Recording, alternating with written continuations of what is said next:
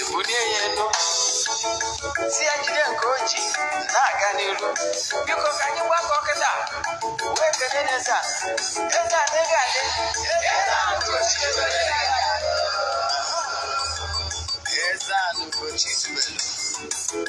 Nwoke ọma na oraifite ị ga-adị.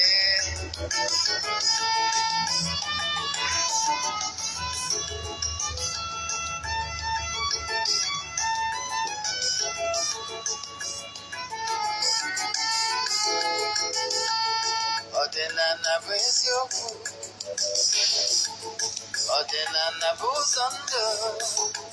Ị ma na o nwere olu na-eti mkpu na-asị ụmụ Igbo chigharịa, ụmụ Igbo chigharịa. Kwa mbọsị ọ na-eti, n'ụtụtụ na abalị ọ nọ na nkuzi. Eze-ANA Ugochi tubelu, onye ọma na oraifite, onye mmasị ozi ọma ọdịnala gaba n'ihu.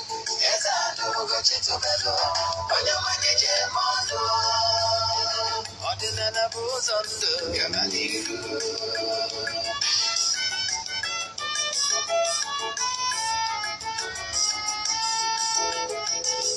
Eze-ANA Ugochi tubelu, onye ọma na oraifite, onye mmasị ozi ọma ọdịnala gaba n'ihu. Eze-ANA Ugochi tubelu, onye mmanye je eme ọnụ. Ọdịnala bụ ụzọ ndụ gaba n'ihu. Eze-ANA ga-adị, Ugochi tubelu ga-adị. Ugochi tubelu temple ọ ya adị, maka na eziokwu anwa jaja ndị ụka erighị anyị. Ndị ọcha eri anyị.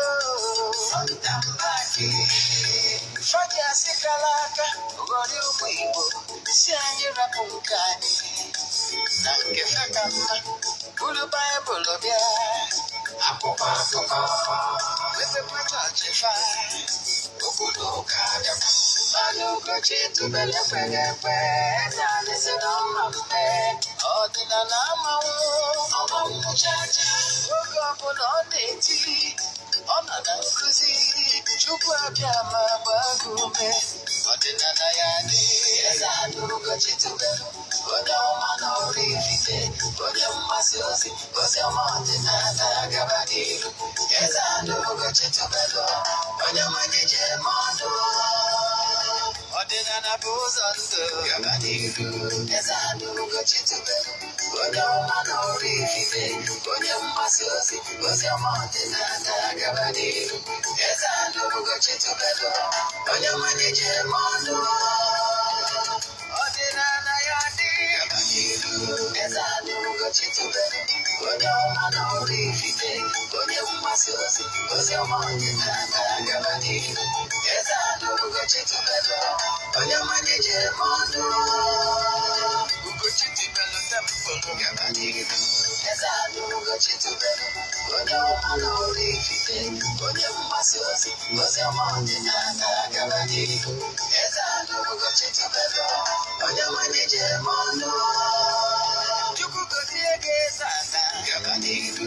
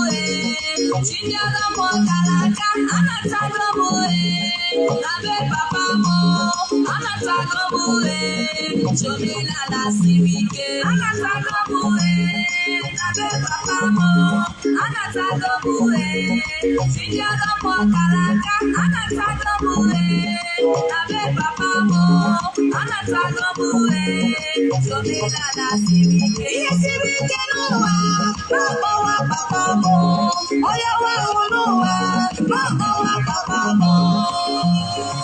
unu ahụrụ akpọwa papa m onye na-ajụ m ebe m jere onye na-ajụ m aga m be papa m anatago m Omenala siri ike anatago m na be papa m anatago m Chinyere m ọkalaka anatago m na be papa m anatago m Omenala siri ike. Daalụnụ n'oge awa nke eziokwu. Anyị abịago n'oge awa nke eziokwu bụ oge anyị ji awa eziokwu agba nke ọ bụ mụnwa bụ Ogbuefi EZE-ANA Ugochi tubelu oraifite na-anọ n'isi ya maka ndị ọ bụ taa bụ izizi ka ha na-esonyere m n'oge awa nke eziokwu. Aha m bụ Ogbuefi EZE-ANA Ugochi tubelu na oraifite dị na Anambra steeti. Abụ m onye isi nchụaja na Ugochi tubelu ọdịnala tempụl. Anyị na-agba afa mmiri emi rụkwazi ọrụ mmụọ dị iche iche. Abụkwazi m onye isi nchụaja na ọdịnala restoration prayer ministry. Bụrụkwazi onye mgbasa ozi ọdịnala Igbo.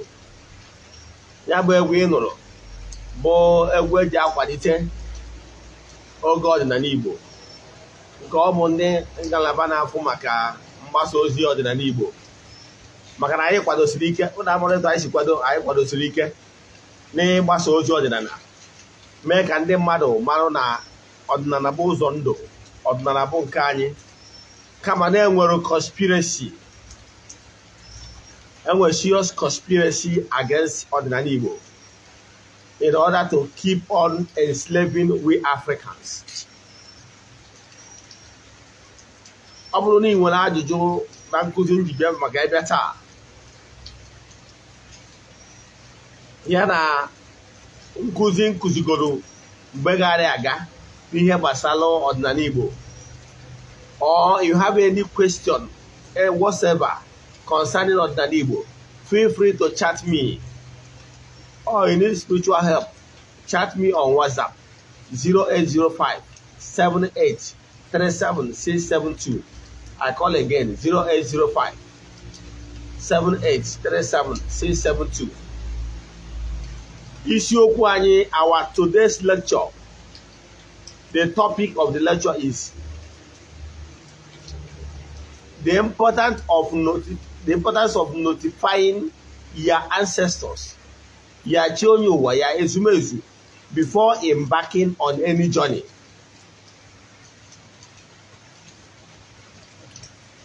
A suicide is a suicide attempt. Whenever you are embarking on any journey without carrying your Ezumezu along, because there were a lot of spiritual danger out there. So if you have not done it in the past, believe in me, you can jam a lot of colossal damages. You can get some unpleasant things when traveling alone without your spiritual backbone. Onye nwa bụ isiokwu anyị n'ụbọchị taa. Nwekwazi advice anyị nwere inye ndị na-eme ife ejije dị iche iche, popularly known in our Nigeria setting as Nollywood. I have great advice for them tonight. Mana before I gaa n'iru, echefuna na aja anyị na-achụ kwa ọnwa nke ọnwa Ọgọst na-aga n'iru ugbu a. Ọ bụrụ na isonye wuyi na aja nke ọnwa Ọgọst a, kwado maka nke ọnwa Septemba Okay, we don't want a September 6. Last for 14 days, what's in September 19. But I got check out here with Saraka, a kind of feast. Them mad area, Mango Pazia. I got one last 14 good days every month. There's a lot of testimonies going on. What you don't know is only a mystery to you and not to all. No one case you echefuna na afọ anyị na-agba anyị na-akwụ ụgwọ mana canceling free. You can make an effort to book appointment with Ogbuefi EZE-ANA Ugochi to oraifite for your canceling or kwazi ịgba afa. Echefuna na ọrụ mmụọ anyị na-alụ ma ọwa afọ anyị na-agba. Distance is never a barrier. Yes. Then n'isiokwu anyị ji maka ya wee bịa n'ụbọchị taa ihe kwesịrị ịma abụ ọ bụ ajụjụ bụrụ before embarking on that your journey, did you inform your ancestors? Before embarking on that your business trip, ask again, did you inform your ancestors of your intentions? Yes, let's assume that your intentions are very genuine. Did you inform your ancestors your intentions? Can you travel on number the anya what you had the number? One at no, Macaran code the number there, how do you inform them? Do you see why you are facing a lot of challenges? You as a movie star, you as an actress, you as an actor, you as a film producer,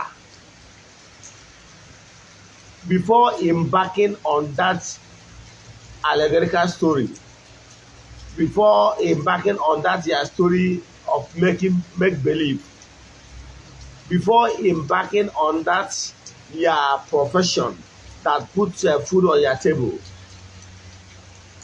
did you examine the character you are about to play, the character you are about to represent?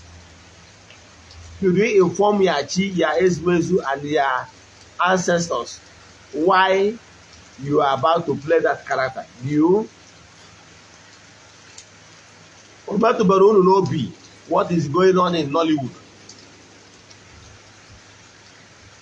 I can tell you that some of the things that is happening today in Nollywood.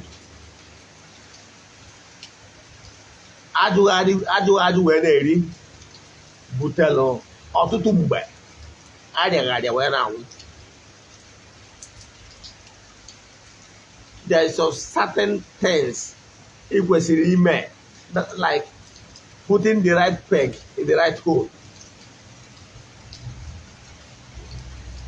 Ọ bụrụ na atọgbu ụtọ si wepụ aghụghọ, oge eji eme ihe ejije ka o si mee ejije, oge eji adị serious for once. Let's be serious. My question is, did you inform your ancestors, your Ezumezu, before embarking on any journey? That is the question. And that is the topic of today's lecture.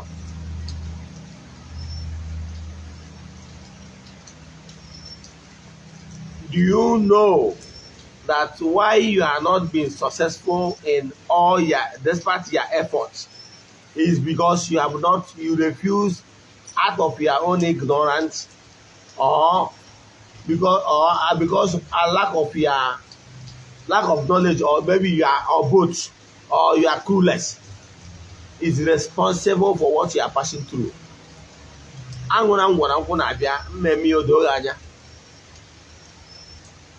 Ndị Igbo na-atụ ilu si na nwatakịrị gwa okenye ebe ọ na-eje, okenye ahụ agwaghị ihe ị ga-ekwu na iruo. Example, you are about to visit one of your uncles or relatives in the village. Did you inform your mother, your father, that you are about to visit so uncle? Believe me, if you do, your mother or your father will advise you on the best way to interact with that your uncle you're about to visit. If not, you can make terrible mistake. You get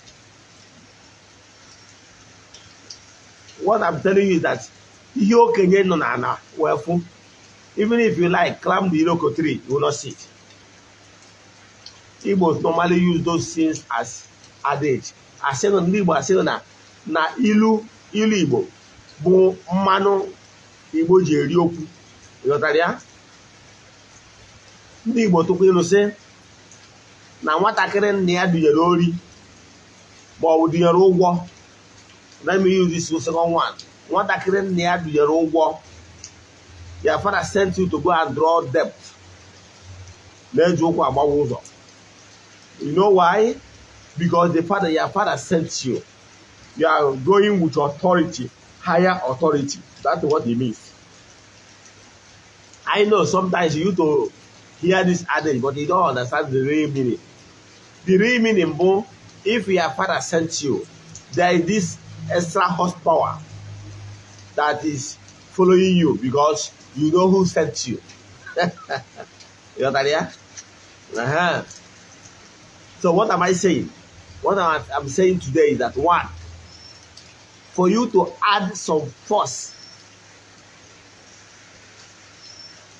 in any of your journey, any journey of your choice, you have already made up your mind that you want to embark on this journey.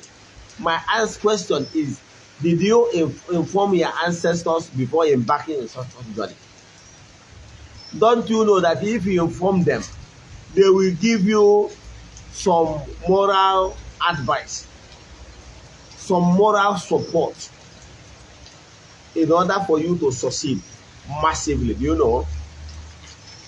Let me paint a picture. If you are about to travel to United States of America and you have an uncle that is living in the United States of America, let's say Chicago, and you inform your relatives, your father, and your father said, oh, my son, you want to go to America, Chicago? Yes. I have an uncle that is living there. Let me contact him and inform him that you are coming, so that he will come to the airport and pick you and probably house you for a while before you can get a job of your own. And like your father said, after the arrangement, you got your visa. On that particular day, you arrived in the United States of America, Chicago, precisely. That your uncle, your father told you about, came to the airport and picked you up to directly to his house. You are at his house, and he made necessary arrangements to make sure he secure a job for you. Can you compare yourself with somebody that just on his own, he does not have any relative in US, and for whatever reason, he traveled to US for hustling? Do you think two of you are in the same pedestal? The answer is no. You know why? The other first person is better. His own condition is better, far better, because his father have already used his contact to make arrangements for better arrangements over there.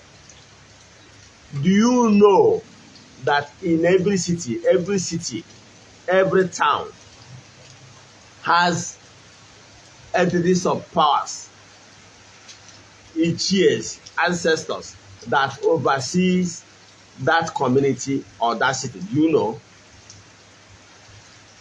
Do you know that every nation has spirits or guardian angel that is overseen, is like the general overseer of that particular country or the village or town you visited? You know? You don't know. Because why I say you don't know is that had it been you know what to do. Let me give you an example. Do you know that the Roman Church made St. Patrick the petrol cent of Nigeria. Do you know? You don't know. So I was rightly informed because I was born a Catholic and grew up a Catholic. So I understand what I'm saying. There is what they call petrol cents of so many organizations and each country. I want to use it to cite as an example. So what it means that every country has spiritual guide that is in charge of that particular country. That is the point I'm trying to make. You get now. But because you are a human, you don't understand the workings of the spirit. So you might not know. You might not be aware. Angelo in charge of governance, spiritual wise, in every community and every town, including a nation. Do you know? You don't know. But do you know that or if you inform your ancestors that for a reason or bring a greener pasture, that you want to travel to United States of America for the betterment of your family, that you want to travel to United States of America to bring goodies of life back to your family for the glory of the gods. Do you know that if you invite them, if you inform them, they will help you to make it possible? They will align you. They will link you. They will tell the ancestors who happens to be fellow spirits of the town and the country you are going to. Look, my beloved son is coming to your country, United States of America. Please take good care of him. Help him to settle quickly. Believe in me, the spirits hear each other's voice. Your ancestors in your town here, if you give them that due respect, believe in me, they will link you up with the ancestors of the town and the community you are traveling to. And by so doing, the ancestors of that particular town you are traveling to will welcome you because you will already be introduced to them. Because there is this communication between the spirits. So, by so doing, they will help you to reap the goodies. They will open the door of wealth in their community. Example, if I send somebody to United States of America, here, let's say my son, and for the fact that I have so many friends there, and I inform my friends that my son, whom I love so much, is coming to United States of America, and I plead with them, please, you guys should help him to settle down quickly. And that my son did exactly what I told him before traveling. If he reaches here, he will send my greetings, my regard to all my friends over there who naturally will come to welcome him because of my sake. Believe in me, whenever my son is about to leave that United States or maybe want to travel home for visit, those my friends living in United States of America might give him 1 or 2 things to give to me as Ojilu. You got that? That is the benefit for the fact that I informed them before sending my son. You don't understand this things. You will not understand it because you don't understand how things work in the world of spirits. And we have mutual respect. Makane kerolu eke. Example, if you are sending your person to me, to my temple, and I happen to be enjoy a good relationship with you, there is a way I will welcome that person you sent to me because you informed me. And now I already know that this person came through you. I will give the person an August visit, August treatment. That meant for an August visitor because of you. I just want to use simple analogy that you will understand to explain this. So my question still remains. As you travel to United States, to Germany, to UK, did you inform your ancestors the way it should be before traveling? The answer is no. Most of you did not do that. And that is why you are suffering. Okay, you didn't even travel outside the country. You are in Abuja, you are in Port Harcourt, you are in Lagos.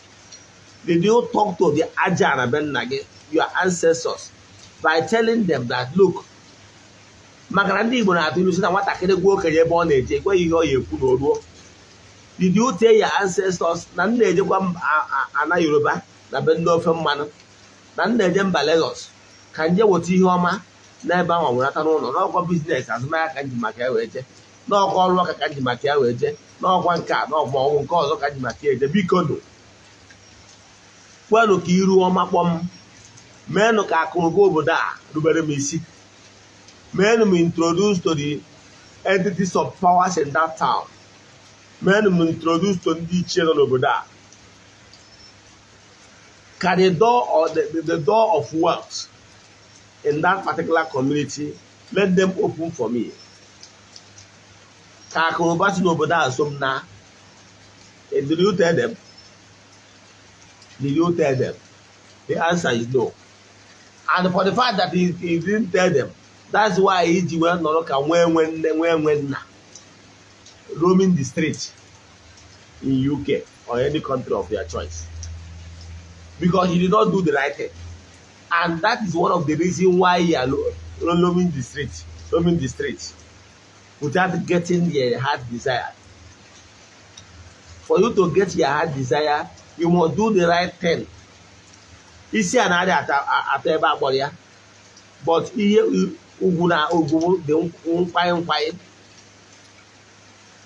if you must be successful here on earth, you must learn how to do the right thing at the right time, following those natural order. You understand? There is a way somebody will come across me for the fact that he didn't give me that respect that I deserve. Such a person, you can ignore the person, while maybe the person will be wandering around. That is what is happening.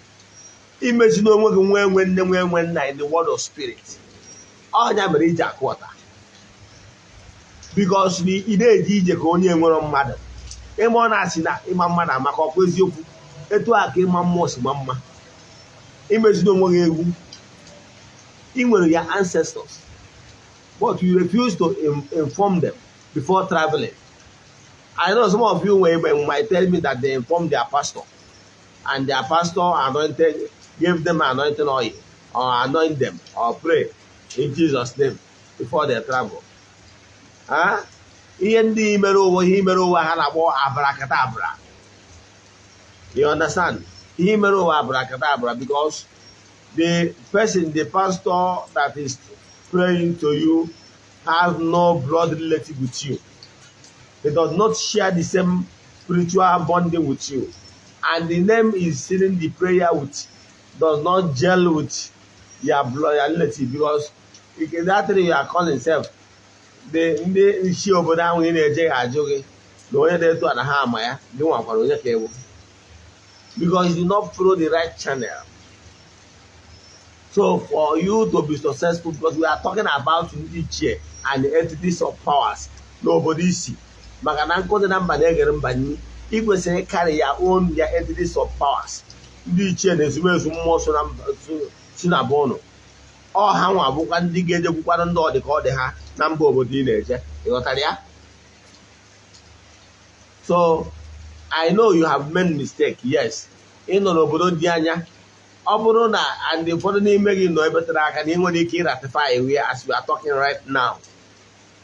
Now ihe ị ga-eme bụ ọ bụrụ na ị nọ ebe dị nso, tigata were ọjị were mmanya mee ya etu esi eme ya. Ịkpọ ọkụ mmụọ onye nọ na ngwurube nna gị ma ndị ichie medosi ụmụ mmụọ medo ana gwazie ha ana ya gọzie gị. Ana obodo anwa ị na-eje, let you receive favor. Ana, let Ana talk to Ana. Let that your spiritual altar, which is the backbone of your ancestors, let the altar talk to the altar of the land you are visiting. That is what you're supposed to do in order to receive favor. I mean spiritual favor. But some of you may not know when an orphan. Because in the spiritual realm, no spirit is backing you. No spirit is joining forces. No spirit is introducing you to the entities of powers in that particular town you are going. That's why you get at that town. Now you are wandering in vain from pillar to post. No, if you never have problems, stop appointing accusing finger on your uncle. Ihe niile abụrụ mmadụ mere ụfọdụ ụmụna nke ime na onwe gị karịrị nke mmadụ mere gị. Ịghọtara ya? That's ya uncle ahụ mere that thing ahụ ọ gaarịa abụ because of na ịkpụrụ ka nwoke si akwụ. Ị ga-fortify mmụọ niile gị na ha so ịkpụrụ ka nwoke si akwụ.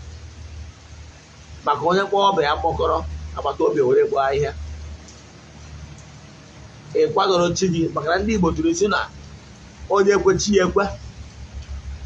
Atụkwa ịnọdụ si na chi onye na ọ bụrụ na chi onye adịghị n'izu isi na chi ya, meaning that if your chi does not support any evil act against you, you will live long and grow gray hair. If you understand that adage, you get. Now, I want you to own the responsibility that you are the cause of your problem because you did not do the right thing at the right time. Now, let me talk to you people that is living abroad. Maybe you have made the mistake. Now, the solution is, the question is, what is the way out? The way out of all, you will email children to a general golo.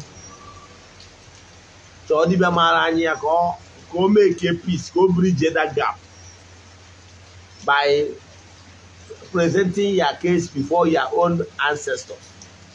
Your Ezumezu. How much half an hour normal money wearing you for not doing the right thing. Then the mother is you will settle her one after the other. You to her. Where's your handqua? Twirl her on your behalf. Where's your handqua? No more and more will need the child with your mat number, but I need to get to back home in there. You know what I mean? It's a composite. So, I want to get it. It's in a child. Bidota. On one thing is your see ya one is better to more than maybe he was in email. You are say because no one keep one name and a bend on the men and would bend like no one can go there. Give away another. Habigo, help when I can a city.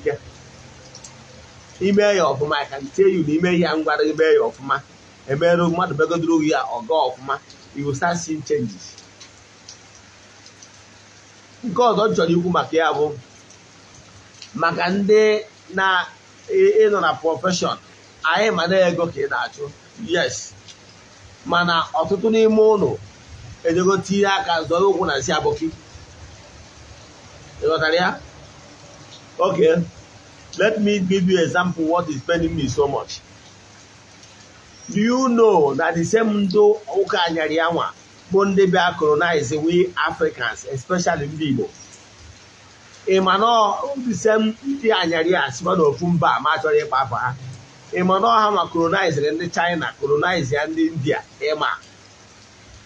Do you know that those in India in Apo and those Chinese in Apo?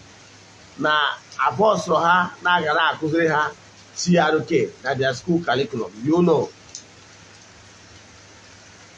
Ha ji nkuzi ọdịnabende were na-eso ihe ha na akwụkwọ ha ọ na-abara ha mana a bịara na be anyị onda ka anyị bịazie gụọ maka edukeshọn ewere si ya arụka ewu nkụzi religion dị ire onwe ya iche abụrụ okpukpere anyị wee slọt our school curriculum ihe kwesịrị ime ewu mgbe ndị a jari a na-abịa colonize anyị they should not colonize us religious wise ihe a ga-ekwesịrị ime ha bịagoro colonize anyị colonize anyị civilization wise they colonize anyị as the way they did to Indians and China because Indians and China they maintain their own language, they maintain their own religion. Nobody touched it. But I been a guy area front and back. Ebe a na-akụzi ya arụke kwesịrị ihe a gara akụzi gbasara ọdịnala Igbo from childhood ka ọ baa n'ime ndị be anyị ha ghọta ya ọfụma nwaanyị eji eme nke ọbụla nke eji eme. If never our problem lies. Now, ihe m na-ajụzi bụ did I hear you saying that you are looking for money, right? The last time I checked, Bollywood, that is Indian movies, is still far ahead of Nigerian movies. True of us. Even economic wise, they're making more money for their country. They make more money than Nollywood. Sorry. Now, ihe m chọrọ ịjụ gị bụ you producer that ọtọnọ ije produce osi na produce the film and ị chọrọ ka ebunye gị elu did you inform your ancestors ya ndị ichie ya ezumezu that film ị chọrọ produce bụ a total desecration against and not the root? Did you inform them? Did you inform them the reason why you acted in that manner against the real truth? Them tell me why ha ga-eji wee protect gị mgbe mpịawasị oge ebido. You tell me. Have you ever watched Chinese film or Indian film where they allow foreign religion, foreign god to win in their film? Have you ever seen it? Have you seen it at all? Have you seen it at all? Where there will the gods, let me use the Indians for example. In their film, they will allow one man to come claiming to be a pastor, and the person will be doing in front of their deity, sharing mama, and the fire will start, will catch. Have you? Now, you want to want to ask them at Tego or Nigeria can India with Tego? How many percent of Nigerian money, I mean, a hard currency, and a change in a rupee? As you travel to India for medical tourism, do you know? Do you know? That is to show you that they are better than us, economic wise. Ian Najogi, if you go have a film to prove that their gods of their land is ineffective, which is lies. Have you ever seen it? Then my question will go on when Nigerian art film. Can you better that thing you're about to act is fallacy? Is the total lies? Or when you get deity, any pastor wanna be. Well, who was sharing mama in the name of Chindo Kobia. In the name of Chindo Kobia. Beggy there, Arosi, Una Arosi, well known Arosi, Muroko. Without them, I know where it's your dia. By shouting fire, okay, or want to go. Oh, where Ben Carmen and men 500,000. Oh, where because Monia Arosi, Yabo, or Begdon, Beggy, Pia, or you win 500,000. Or not possible. On one able man and Igbo. Don't use fuel, just talk abracadabra. Call in name of Yachi or nation, but Chindo Kobia Okumuru from nowhere. Or not possible. And the work of the woman. Now, a woman name and only the woman. Can you ever at those things? Na film. Ki we put one Mobokoto or Denana for your own personal selfish interest or because na they really front and back.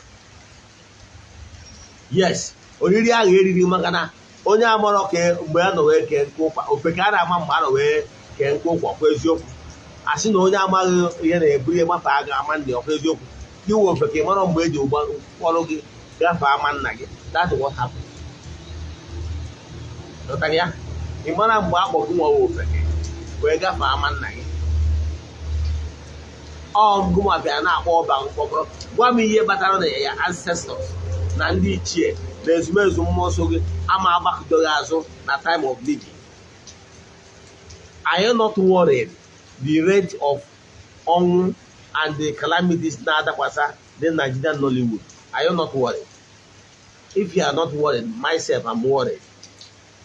Because I enjoy some of them. Most of them, their acting normally makes me on a very good day to laugh. Now, if you ask me my wish, I wish them long life. I know in India, I know some actors in India that have been there. In the early 2000s, I visited India. I know some of their top actors that are still there today. The kind of rate that is normally calamity that happening to our Nollywood people is so alarming. I don't can use her as a yardstick for you to understand what I'm saying because I normally like to use as a citing or example. Now, let me advise you. You want to act film, and you on your own, you know that what you're about to act is not real. Then this is make believe. This is the imagination of the writer or the producer, right? And because of stomach infrastructure, because of your belly, you don't want to let that money go. They were promised to pay you a huge amount of money in order to come and castigate your ancestors, right? And you need that money very bad. Let me tell you what you will do. You can go back and tell your ancestors, the gods of your land, your own land, yes. Tell them that you don't want to go careful.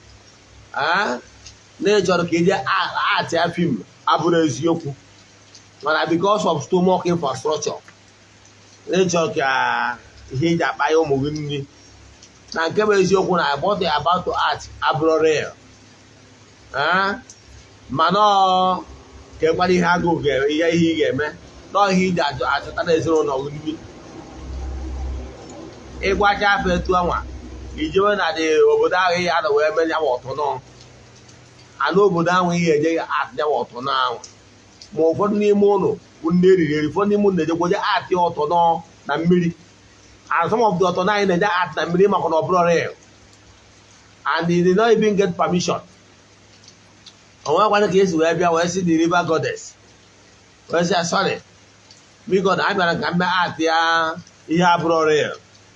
Manabiko, quite a car at the head of the tour. Where water stomach infrastructure. Come on, what they go.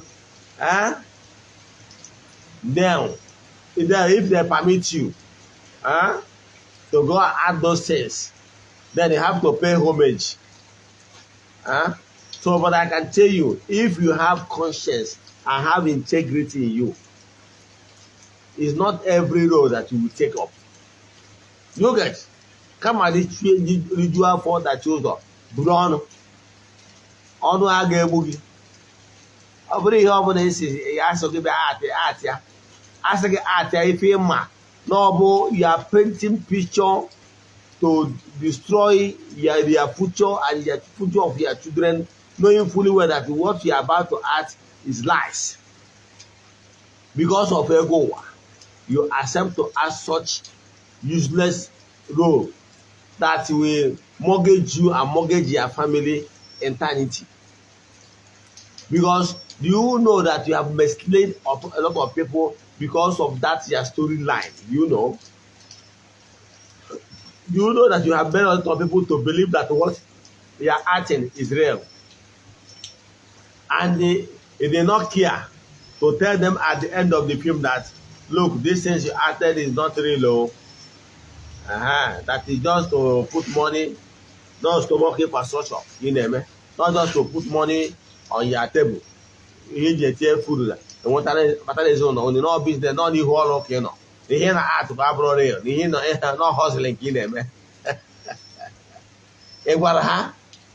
They do announce it in the end of the film that these things are not real, or they have fictions. Now, work we may not just give where at and then they manufacture in order to grease their pocket. You don't tell them. If you never been an embarking, even if you an oraifite example, if I ever ask him, and I ask something, we're making the great deity na buy. It's an ahoga foggy. And I got about more than buy about more than I'm bad. If you want to be successful in any town, let me give you a secret. You are living in anywhere around Anedo, Idemili, especially most towns, so I don't get Anambra State. Emanahana Aseke. Abroad, you want a JK membacha, a mabacha. Obodo no obodo na-egbu. Please and please, if you must live in Anambra, please avoid killing our eke. Because when you are doing so, you are committing abominable acts against our land and against yourself. Because for the fact that you are desecrating our own land, the gods of our land will never forgive you. If you are in Rome, behave like Romans. For the fact that you are now committing desecration of our own land will never bless you. You will live in our land, but you know why? Because in Morocco to respect it too. Now you are just bring Oka, you ever will send each other Mahaka, you will win the Baha. Emmanuel won't more than mother about in the now. You children that were not in Oka, and my check game. Before you to be successful, you must align yourself because of that particular land you are going. And the only way you will receive the blessing of the gods and entities of powers from that town you are living is by respecting whatever that is their rule, their fun. You must respect it in order to be favored. You get? Yes, you must respect the rules for you to be favored. But if you go there and start misbehaving, you will bring more costs onto yourself.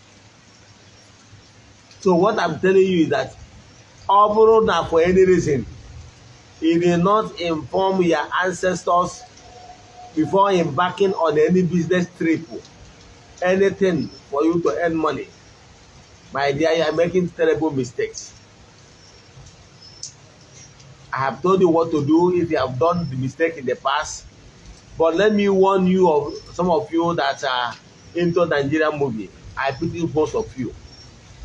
You will be looking at some of the legends. Some of these legends you are seeing knows how to make up for the misbehavior. Some of those legends you are seeing in how they may describe as Odum. They don't know what to do at every point in time. But the one who fake, even if I am making a cook, where's your? I saw the art, yeah. My name was okay, so room with a man, no coaching with a normal okay. Imaro. Now, some of these legends in Apple, my hand at all, Konanya, how they know how to appease the gods before following or embarking on such useless and emanad roads. and as in to castigate on an Igbo? Must you come to the scene to lie against Ordinana? Something you know that you have not happened in anywhere in an Igbo. You fabricated it, you conquered it, and mastered it, thinking that by so doing, what are you trying to do? To discredit Ordinana Igbo. Is it not true? That's the bottom line now. Yes, you are talking about stomach infrastructure. You are talking about getting money to feed your family, right? But you have not you have not even considered the damage you have done to the moral life of the real Africans. You have not considered that. You have not considered a lot of people, our youth, that you have already misled by calling what is good evil. You can see why you are suffering. You can see it. You can see why some of you are dying just like the way I don't even understand. So what my advice is for anyone, even if you are an actor or actress, certain roles was given to you because of monetary gain. Believe in me, if it's something that have spiritual implication, if it's to tell lies against the natural laws and their roots, please and please for your own good, don't take such role.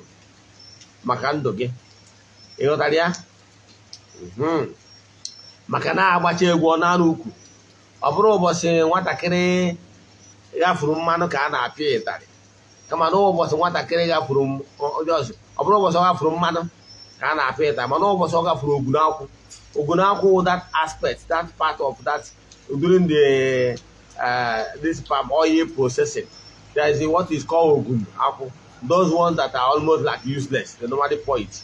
Yes, the day your child pour real oil that you able to harvest, you might look at him or her and ignore them. But the day you will make a silly mistake, just minor mistake, you will use that particular incident to repay him for the good and the bad and the old and new. No get.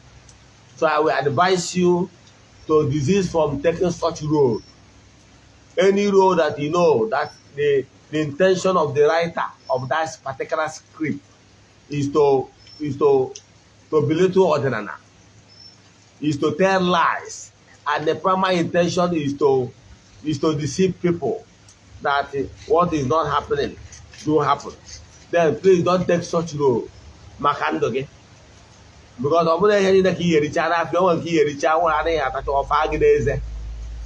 it's just my candid advice to our celebrities.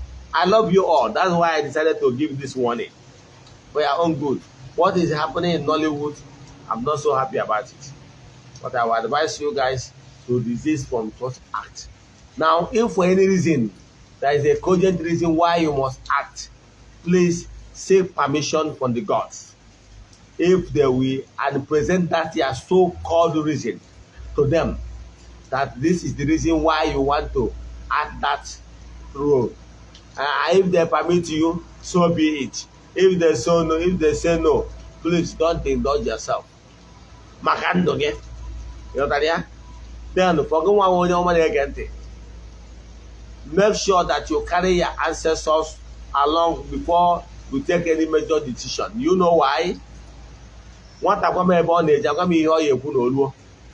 you are not carrying your ancestors along, believe in me, you are going to make some terrible mistakes that only you will carry it. You must inform them. It shows respect for you to inform your ancestors, your Ezumezu, before embarking on anything. Shows serious respect and mutual understanding. By so doing, believe in me, they will not allow you to go astray. Let me tell you what you will be doing. Henceforth, you are going for your business trip, you have some appointment. Before you leave your house, make sure you go to your inner chamber or your altar or facing the east, anywhere you normally stay, to tell Yachi whatever. Go back there and tell Yachi, my Chi, today is your Nkwo. Example, I will be going to Nnewi, I will be going to Onitsha, I will be going for business trip. My intention of going there is to meet Mr. A or B. And my intention, overall intention, is to make so and so economic money. After telling them, then you can go. And if you come back, if you succeed massively, still give them glory and thanks. If you did not succeed the way you wanted, tell them that I went to, but I did not succeed exactly the way I wanted it. However, let tomorrow be better. Now, then if you go and you succeeded very well, don't forget to thank them. Ihe ndị a bụ ihe niile ị kwesịrị ị na-eme maka na ugwu bụ nkwanye nwaanyị ji anụta ibi ya. Ịghọtara ya? That you are informing your ezumezu that this is what you want to do, or this is what you want to, where you want to go, or that you want to go for business trip, or you want to go for your acting job. If you inform them, it shows respect. It shows that you want to carry them along, and you know that you cannot do, apart from them, you can do nothing. That recognition matters a lot, and believe in me, they will never allow you to go astray. Example, if you are a type, let's say use human being as an example. You are a type that always try to seek my attention in doing some certain things. Believe in me, I will always try to make sure that he did not fall into temptation, or he did not fall into wrong things, or invest your money on whatever that will cost you or bring terrible loss to you. I will make sure that for the fact that you confided in me, one, I will feel honored. Two, I will feel that you respected me so much and you valued me so much. For that singular two reason, I will make sure that whatever you seek my opinion before embarking on such business, that particular incident will go well. That is the thing you're supposed to be doing with their spirits that is following you. You get what I gave you today is the sign. What you must be doing, what I'm doing that will work for me, and what is obtainable in the spiritual realm. Make sure you carry your Ezumezu along whenever you are taking some certain decision. By so doing, they will feel honored. By so doing, they will lead you and make sure that you will not enter into wrong hands or making terrible mistakes that will hurt you tomorrow. Ọ bụrụ na ị nwee ajụjụ na nkụzi taa, ma ọ bụ na ị nwere ajụjụ n'ihe ọbụla gbasara ọdịnala Igbo nkụzigoro gboo, ma ọ bụ na ị chọrọ ka a gbara gị afa miri emi, send them message na WhatsApp 0805 78 37 672. N'aha Chukwu Okike nke pụrụ ime ihe niile, ekwubie m okwu n'isi ngọzi niile, n'isi ndị enyi anyị niile, viewers all over the world, ndị niile anyị na ha so, my children all over the world, my fans and friends out there. I speak positivity into your lives. Let there be favor, let there be upliftment, let there be breakthrough, let there be miracle into your lives. Is there any negative influence or negative EOA or negative whatever that is causing hindrance in your life? In the name of the Most High, the creator of the whole universe, I speak positivity. Let there be reversal. Let every darkness vanish. Let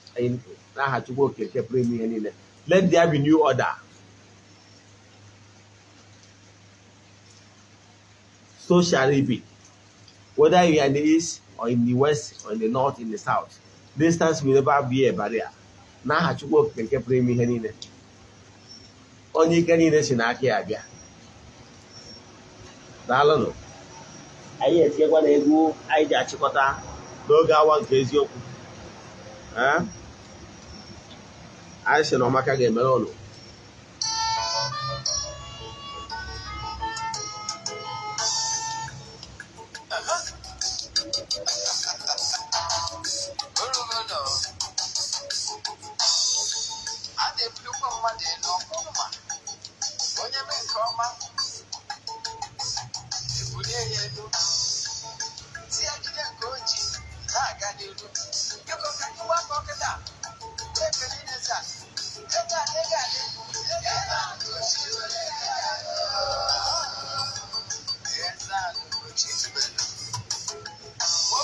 oraifite ịga-adị.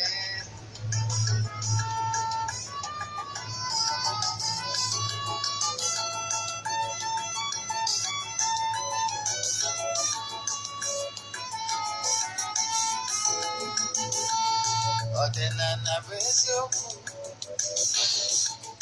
ọdịnala bụ ụzọ ndụ.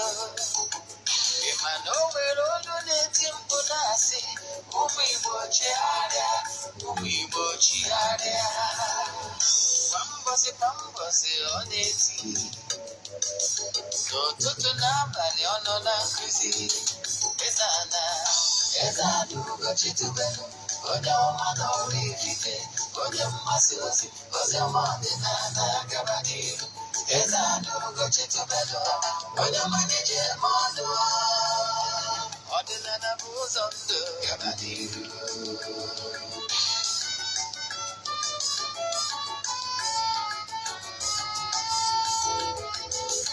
Eze-ana Ugochi tubelu, onye ọma na oraifite, onye mmasị ozi ọma ọdịnala gaba n'ihu. Eze-ana Ugochi tubelu, onye ọma na-eji eme ọnụ. Ọdịnala bụ ụzọ ndụ gaba n'ihu. Eze-ana ga-adị,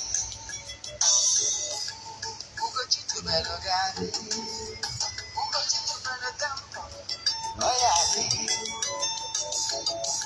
Maka eziokwu ọnwa jaja, ndị okenye ga-adị, ndị ochie ga-adị, Fọdụ asị kala aka ghọrọ ụmụ Igbo si anyị rapụ nke anyị na nke fe ka mma. Bụrụ Baịbụl bịa, akwụkwọ akụkọ, ebekwa chọọchị fa, obodo ụka adịkwa. Mana Ugochi tubelu ekpeghị ekpe, Eze-ana si na ọma mpe. Ọdịnala amanwụ, ọmanwụ chacha, oge ọbụla ọ na-eti, ọ nọ na nkụzi. Chukwu aka ma gbaa ume, ọdịnala ya dị. Eze-ana Ugochi tubelu, onye ọma na oraifite, onye mmasị ozi ọma ọdịnala gaba n'ihu. Eze-ana Ugochi tubelu, onye ọma na-eji eme ọnụ. Ọdịnala bụ ụzọ ndụ gaba n'ihu. Eze-ana Ugochi tubelu, onye ọma na oraifite, onye mmasị ozi ọma ọdịnala gaba n'ihu. Eze-ana Ugochi tubelu, onye ọma na-eji eme ọnụ. Ọdịnala ya dị gaba n'ihu. Eze-ana Ugochi tubelu, onye ọma na oraifite, onye mmasị ozi ọma ọdịnala gaba n'ihu. Eze-ana Ugochi tubelu, onye ọma na-eji eme ọnụ. Ugochi tubelu tempo gaba n'ihu.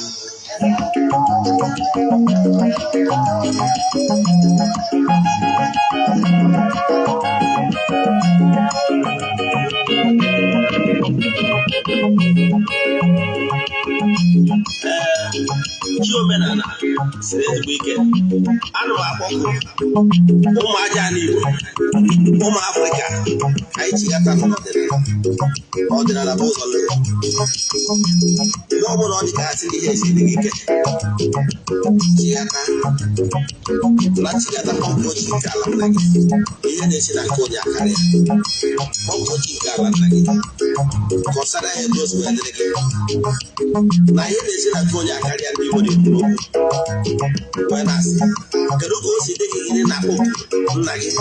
Ihe na-akpọ nna gị ga-anụrịrị ọrụ okwu gị, ọnụ ahịhịọ gị. Ndị nna nna gị ha ga-etinyere gị aka n'ahịhịọ ihe mụba gị ka ị nweta ihe ị na-achọ.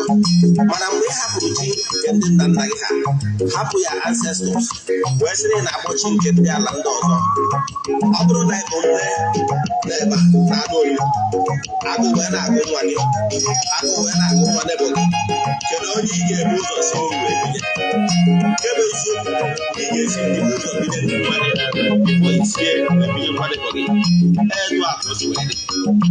Mgbe ọbụla ị nọ na mba, ịkpọkụ na onye nsọ nke ndị ụka anyarị, kpọkụ chi nke ala nna gị, kpọkụ ya ancestors.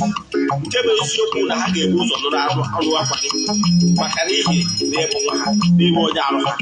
Mana mgbe ị hapụrụ ya ancestors, ya na-akpọchi ndị ndị mba ọzọ na ndị sentịntị ọzọ nwanne ọ ga-ahapụ ka ọnya ka na-ewe ka m anatago na be nna m ya gasị anatago m na be papa m anatago m chinyago m kalaka anatago m na be papa m anatago m omenala siri ike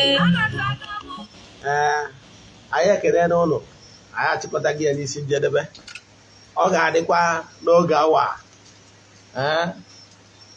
na echi na-abịa abịa na ọ bụrụ ụmụnne m ndị abịa see you tomorrow eke by this time I will be here to share with you another interesting topic. I will not mention it here. I will post it on my wall and my page. Yeah, guys, hear me. The next video, I don't know. Yeah, guys, yeah.